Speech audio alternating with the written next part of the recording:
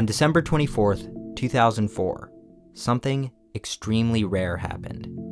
2 days before, an Arctic cold front swept across southeast Texas. Before night began on Christmas Eve, the entire atmosphere over the area was below freezing, and once it got dark, snow began to fall. In some areas, there were 9 to 12 inches of snow. There were 4 inches on the beaches of Galveston Island, and in Houston, there was just a dusting to about an inch. I have only seen snow a few times in my life, even less so in my native state of Texas. Houston's climate is classified as subtropical. In a place known for its cattle, horses, and blistering heat, where summer temperatures often exceed 100 degrees for an entire month or more, and winters barely ever dip below freezing, snow is understandably rare. Snow on Christmas is unthinkable. But it happened. This is why Texans find snow and ice magical when it does show up, and we are just as naive about its dangers. Human beings used to worry about winter. Most animals have to physically adapt when this inevitable part of the season arrives. When temperatures plummet, plants lose their foliage, and the ground becomes hard and lifeless. Humans are a tropical species, yet have been able to survive and thrive on every continent and in every climate. Modern technologies like indoor climate control, refrigeration, stoves, and the various supply chains that provide us with food year-round ensure that life continues relatively normal, no matter the weather outside. In conjunction, the whole of fall and winter has been romanticized in the cultural consciousness, further encouraged by the holiday season. But I think we've lost something in all these Christmas lights and cozy beverages. We've lost the darkness, the desolation, and fear for the monumental force that is winter. If you search for winter landscape on Google Images, most of the results will show you very colorful and bright scenes. Dozens of winter forests complete with snowy mountains, the setting sun, and lilac skies. Even the night scenes are bathed by moonlight, and their skies are full of stars. These are the idealized images of winter, similar to the Christmas concoctions of Thomas Kinkade. They're pleasant. They're fine for what they are. What they lack is that silence and introspection that comes with a cold winter's night. These are the kind of winter photos that provide this feeling. Quiet, gloomy, and even creepy scenes of trees, dead grass, overcast skies, and untouched white snow. These photos are dark in a way that is physically tiring to look at, as if you're viewing these scenes through half-closed eyes. I've come to appreciate the lonely atmosphere and authenticity of amateur photography more than ever before. While photos from professionals are well composed, higher quality, and more discernible, they always felt less authentic to the human experience than these lower resolution, blip of a memory images that dominate showcases of things like liminal spaces and strangely familiar images. I think these photos get at something more true, more reflective of feelings like seasonal depression or thoughtful melancholy. It's as if these crunchy pixels and blurry frames are hiding something from us. Otherwise, zooming in would reveal a secret to you, something hidden from your conscious mind, some long-forgotten memory buried in the snow. The winter landscape as a genre did not exist for most of art history. As the landscape itself, painting nature for nature's own sake, did not exist for most of European art history. Some exceptional winter landscapes exist starting in the 16th century, most famously those of Bruegel. But it's not until you get to artists like Caspar David Friedrich that winter is treated like the main event, the focus of awe and contemplation. Friedrich's paintings are famous for their bleak treatment of winter. Works like these are the mascots of German Romanticism. The vast expanses, ancient ruins, and ghostly monumental architecture point to a world submersed in death and decay. Yet there are glimmers of hope. This man on crutches seems unable to find respite in this wasteland, but does find it in a crucifix that rises out of an evergreen tree, as daybreak is suggested behind the church. Even in the ruins of this monastery, the altar is still preserved, and the monks still attend. In Megalith Grave in winter, a large stone is surrounded by trees, twisting in every direction. A megalith is a stone once used by a prehistoric people for a monument. Johann Christian Dahl loved old monuments like megaliths, menhirs, and burial mounds, and painted them frequently, while also advocating for their preservation. Dahl was a friend of Friedrich, and like Friedrich, his life was filled with a string of personal tragedies, including the deaths of both of his wives in childbirth. Immediately, there is this association with winter and the ancient and dead that is made with this painting. Nature is timeless, and these monuments are mysteries reserved for a time that will never return. March Across the Great Belt is a depiction of the Swedish army crossing the Great Ice Belt between the Danish islands. The work is a demonstration of sheer scale. If the figures in the foreground are anything to go by, each of these rectangles represents hundreds of soldiers. This landscape of miles of pure white may seem alien to us, but there are in fact many places on Earth where this environment exists at an even greater scale. However, you don't even have to look past our solar system to find worlds like Saturn's moon Enceladus, a moon covered entirely in a pure white ice layer that traps a saltwater ocean underneath. Enceladus has a diameter of 310 miles, and its surface temperature is minus 330 degrees Fahrenheit. It even snows, and its snow is hundreds of meters thick. The forest in winter at sunset is not a depiction of an alien landscape, but rather an unfinished painting, which remained unfinished at the time of Theodore Rousseau's death. This is a landscape of the tangled ferocity of nature, so dominating at our small scale that it even blocks out the sun. We can get a clearer image of what it could have looked like by this study. This is a painting of a section of the forest of Fontainebleau, which Rousseau was very fond of, going so far as to lead the effort to make it the first nature reserve in the world. Trees are important in winter landscapes. They add so much character to a scene that would ordinarily be featureless. Within every grown tree is a lifetime of seasons, and within every lateral branch, a grab for light. There are trillions of trees on this earth, and when winter reveals the true skeletons of these organisms, we see there are trillions more branches. Some of these paintings give the illusion of this multiplicity, but few achieve it. Their branches can be sinuous, and tangled, and chaotic. They can fractal out as they reach the heavens. They can flow like a blizzard, sprawl out like hair standing on end, or cast shadows over the landscape like vampiric fingers. The trees can be spaced apart orderly, like black columns in a white-tiled palace, or they can look like they belong to a hazy memory. Forest interior, on the other hand, is a particularly evil-looking winter forest. The red in the background could either be a forest fire or a sunset. However, even with all this red and white, there are still patches of emerald green on the bark and even on the snow. Nonetheless, entering here will surely lead you to an inferno. While this painting is an entrance to hell, view of a churchyard entrance in winter is a doorway to the sacred. I like how gloomy the upper parts of the trees and receding forest look in comparison to the near-glowing gate. This work brings me a sense of dreamlike calm, like this place is a hidden fairy tale portal in a vast and weary world. What could be on the other side when we walk through it?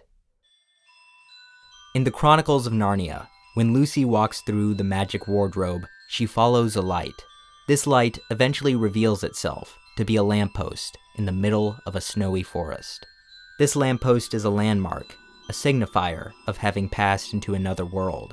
Its light shields us from the encroaching darkness of the night.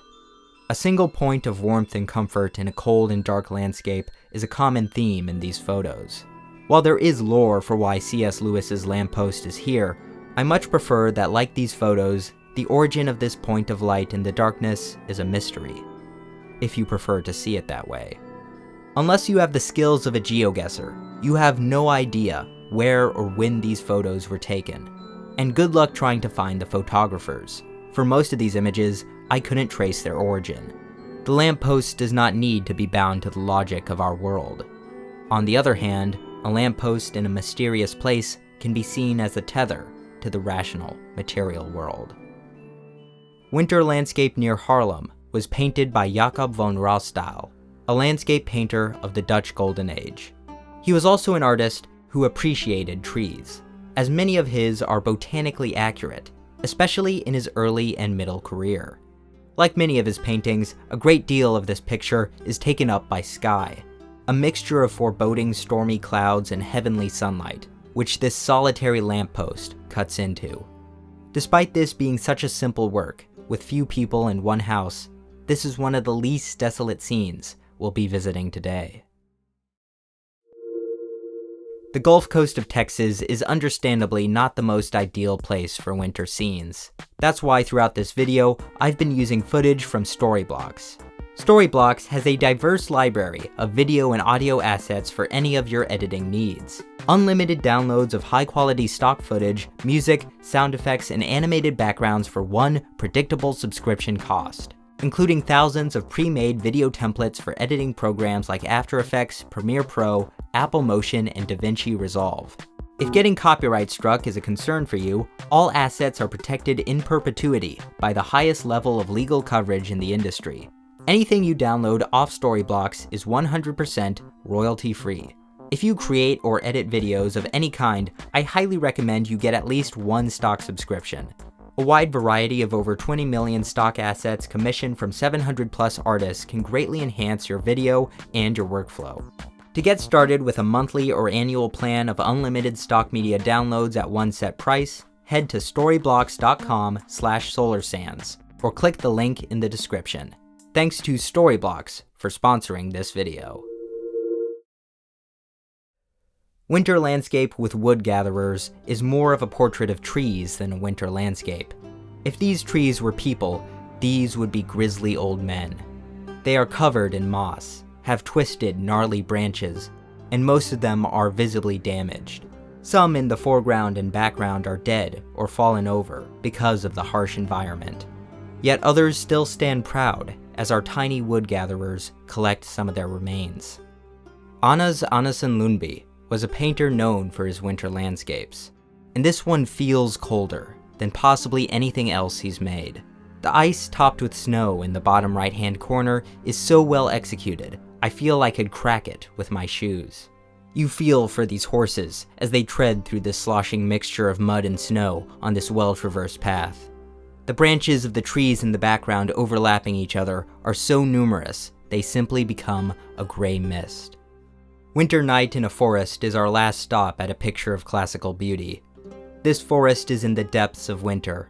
Most of the ground has been smoothed over with ice and snow. A multicolored sunset in the distance contrasts against infinitely complex silhouettes of trees, whose branches jump out like bursts of electricity, frozen in time. Two figures sled by. It's amazing they can unwittingly go about their lives in a world so beautiful. A Very Gallant Gentleman is a disturbing work just at a glance. A man bent over in a painful-looking way trudges slowly out from a tent and into a dark and desolate, completely frozen landscape. The man is Lawrence Oates, a member of the doomed South Polar Journey Party of the Terra Nova expedition of 1910 to 1913. The goal was to be the first to reach the South Pole of Antarctica, at that time the most remote spot on Earth. However, after marching for hundreds of miles and reaching the pole, they realized they were beaten by a Norwegian party that had set their flag there weeks earlier. On the return trip, they suffered misfortune after misfortune, including insufficient food, adverse weather, unexpectedly low temperatures, injuries sustained from falling into crevices, scurvy, and frostbite. One of the members, Edgar Evans, collapsed and died near the bottom of a glacier. Some argue setbacks like these were to blame on Captain Robert Falcon Scott's poor judgment. Others argue it was simple bad luck. Whatever it was, out in the most remote place on Earth, no one could help them. After 2 months of marching back over hundreds of miles, Lawrence Oates was suffering from frostbite and gangrene in his feet. In order to improve his companion's chances of survival, he voluntarily walked out into a snowstorm to his death. Ault's last words were, "I am just going outside, and may be some time." His body was never found. Though this sacrifice may have improved the team's speed, the remaining 3 members would eventually freeze to death in their tiny tent. You may have heard headlines about the Texas freeze of 2021 that left millions without power. What many people don't know is that a similar event had happened before. 10 years earlier, in early February, unusually cold weather befell Texas, which caused the power grid to strain. Coal, natural gas producers, and electric utility companies couldn't keep up, and the state resorted to rolling blackouts to keep the grid from failing. After this event, state officials recommended that generators be prepared with more winter protections, but these recommendations were ignored. Even the freeze of 2011 was not unprecedented, as similarly record low temperatures occurred in Texas in December of 1989.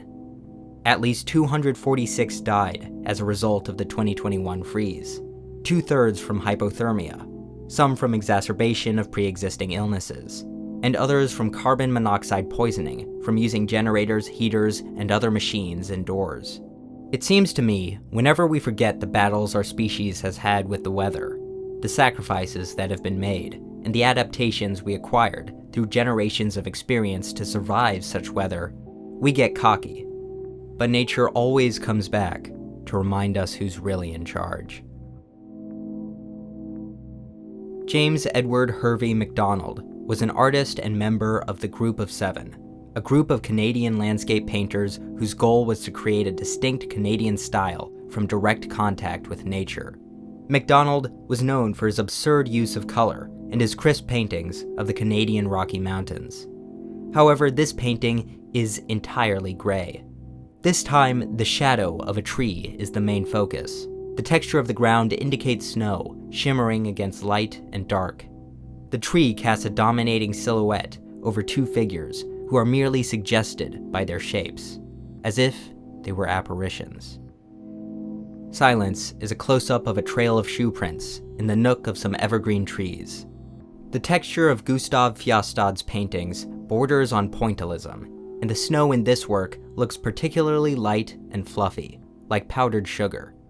Although what is shown is visually satisfying, it's what hides behind the trees that captures my curiosity. Where do the tracks lead? If we were to duck under these branches, what would we find behind them? The title is also evocative. Is this part of the forest especially silent, or does the work demand silence from us before we enter it? January Full Moon by George Ault is as simple as it is threatening. The barn is so blocky and yet so delicate. The faces are not completely featureless, but have doors and windows that are subtly indicated by barely perceptible changes in color and only slightly more perceptible darker lines. There is a tiny protruding rain gutter coming out the back, and even the roof is not completely covered in snow. It looks like a background painting from a very old cartoon, with the cells of the animated characters long since missing. Yet upon closer inspection, these tiny details give it that kick of realism that convinces you this barn exists and has existed for a very long time. George Ault has been categorized as a precisionist. Most of his pictures are geometric, simplified, clean, and organized. His paintings of Russell's Corners shows his ability to beautify the mundane most strikingly. The Black Knight is oppressively perched on the roofs of these ordinary rural buildings, with only the telephone wires brave enough to shoot through the void. I feel like I've seen this scene before. Not exactly the same, but close enough to trigger a faint combination of memories and dreams to produce a familiar atmosphere. An atmosphere I can only imagine contains silence. Any interruption in the form of wind or music would be inappropriate.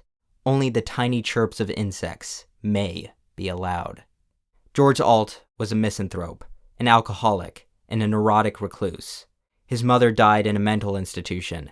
All 3 of his brothers killed themselves. And on December 30th, 1948, he, as reported by the coroner, drowned himself. Hope everyone's having a Merry Christmas. If these works seem lonely or bleak, there's probably a reason for that. And yet, in each of the Russell's Corners paintings, there is that same point of light, keeping back the darkness. These photos are arresting. They make me feel cold and lost. The trees in them range in density from forest growth to manicured park. Either way, they stand like sentinels, guarding a land devoid of life. The snow is soft and pillowy. The moonlight or a street lamp provides us with just a small focal point of light in each photo. This may sound strange, but I think it would be nice to die in one of these places. To walk away from civilization, leaving everything behind, stroll into the frigid air and gradually become more and more numb, until I laid down in the snow and drifted away. Maybe that's the allure and danger of these places, like an anglerfish. Someone can always appreciate a frigid few hours, as long as they have a warm house to return to. If they don't, they have to be very careful of getting carried away. These photos have been reposted a lot, diminishing their quality and obscuring their origins. Though with reverse image search, I was able to find the sources of a few. One seems to have come from a city in Ukraine. These were given to me to showcase by a patron. This one is just a very low quality frame from The Shining. This one does come from a competent photographer, it's just been compressed a lot. These photos come from this 2012 blog by author Kate Milford, in which she expresses her love for winter nights and fantasy books about winter. These photos come from a Brooklyn park as she went for a walk after dark. It's always so tempting to believe you're experiencing a unique emotion at a unique point in time, but Kate Milford destroys this idea. She found similar comfort and nostalgia in these winter scenes 12 years ago and posted them online. Now, her humble posts are still able to speak to others across space and time. Spring by Andrew Wyeth is several memories of death in one. I included this painting partially because of how strange it is. The man encased in this snowdrift is Carl Kerner, and he also comes with a strange story. According to Wyeth, when Carl was a soldier during World War I, he thought he heard the snapping of barbed wire during the night and opened fire with his machine gun on instinct. His officer berated him, but when the next morning came, there was a whole battalion of French dead on the wire, just in front of his position. This action would earn him the Iron Cross. This picture was inspired from Wyeth looking at Carl laying in his bed while sick with leukemia, and imagining transferring him to the outdoors, placing him near the hill close to the railroad tracks where Wyeth's father died many years earlier. The snow preserves Carl for now, but will melt away with the coming of spring. Country Road in Winter is a snowy landscape with a dark red road and trees. Soil rich in iron oxide can be found in many areas of the United States. This work is of a rural road in Wisconsin, though the redness of the tree foliage and soil seems accentuated, pushed to a more emotive dimension. Gibson Byrd was a painter of Shawnee ancestry, and his paintings often featured colors with exaggerated, though fitting, power and saturation. The tinge of green in the overcast sky complements the dark red of the land, and the barren trees are delicately painted, almost translucent against this sleepy, though vaguely unnerving world. Hollow by Aaron Wiesenfeld is an outwardly unsettling painting of a girl deep in a winter forest, staring into an abyss in a tree. She is on the precipice of entering. This is a typical subject for the contemporary artist, whose work always features a troubled, emotionally distant youth in an unnerving environment. The weirdness of the figures is just as important as the weirdness of the scenes. These smooth, pale, sickly, and elongated boys and girls match the instability of these worlds, yet their expressions communicate a profound alienation from them. While Hollow is fairly one-note, A Late Arrival takes Winter to a multifaceted dreamlike realm, where this girl in her nightgown emerges from the fog, carrying a lamp to arrive at some train tracks. One must ask why this girl is so inappropriately dressed for the weather. What brought her here? And what train is she expecting? Is she in the wrong domain, or are we in hers? Throughout all of Wiesenfeld's paintings, there is that silence. No character speaks. no answers are given. From My Window is a work from Tom Heflin, an artist who painted typical scenes of Midwestern life. Not bad by any means, but hardly unique. Yet From My Window feels special. The composition is divided sharply by an almost contrived shadow, which separates a field of melting snow from a gloomy, matted, and black forest. Winter has historically been seen as the season of death, and most of these works have been ruminations on that. The sunlit field represents life, but the gate leading to the other part of the landscape is open. We must pass through. But the sun will always rise again, no matter how bleak the night before. Morning after the snow at Koishikawa in Edo is one of the 36 views of Mount Fuji by Hokusai. The ubiquity of the snow can be seen here. It covers every rooftop, every tree, and of course, the mountain itself. Recently, a photo of Mount Fuji without its signature snowcap went viral, along with roughly this headline: Mount Fuji snowless for longest time in 130 years. This being the case because this year's fall and summer have been unusually warm for Japan. Many were concerned this was the result of climate change, and a sign for ever more extreme and apocalyptic weather in the near future. 20 years ago, Houston, Texas got to experience a rare snowfall on Christmas Eve. I fear I may never experience something like it again. I fear I may experience something like it again far too many times. When the Texas freeze of 2021 occurred, there was wonder for some, but pain for many. The cold can bring great beauty to nature. It can strip back the superfluous and emphasize scale. And though it causes death, it can also preserve. It can clear away the land and bring silence in preparation for the flourishing and music of spring. However, it is usually not the cold alone that brings people comfort, but also the thought of being protected from it. It is hard to prepare for the weather, especially when it's unexpected. It's even harder to face the consequences. Human beings will have to worry about winter again.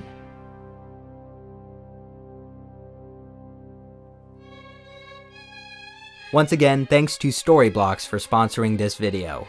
To get started with a monthly or annual plan of unlimited stock media downloads, head to storyblocks.com/solarsands, or click the link in the description. The names scrolling past are my patrons from Patreon, who help support the channel. Their funds allow me to make videos like this and more. If you want to become a patron, you also get access to behind-the-scenes material, some of my writing, early video announcements, and access to my fan Discord. Just click the link in the description below. Anyway, my name is Solar Sands, and goodbye.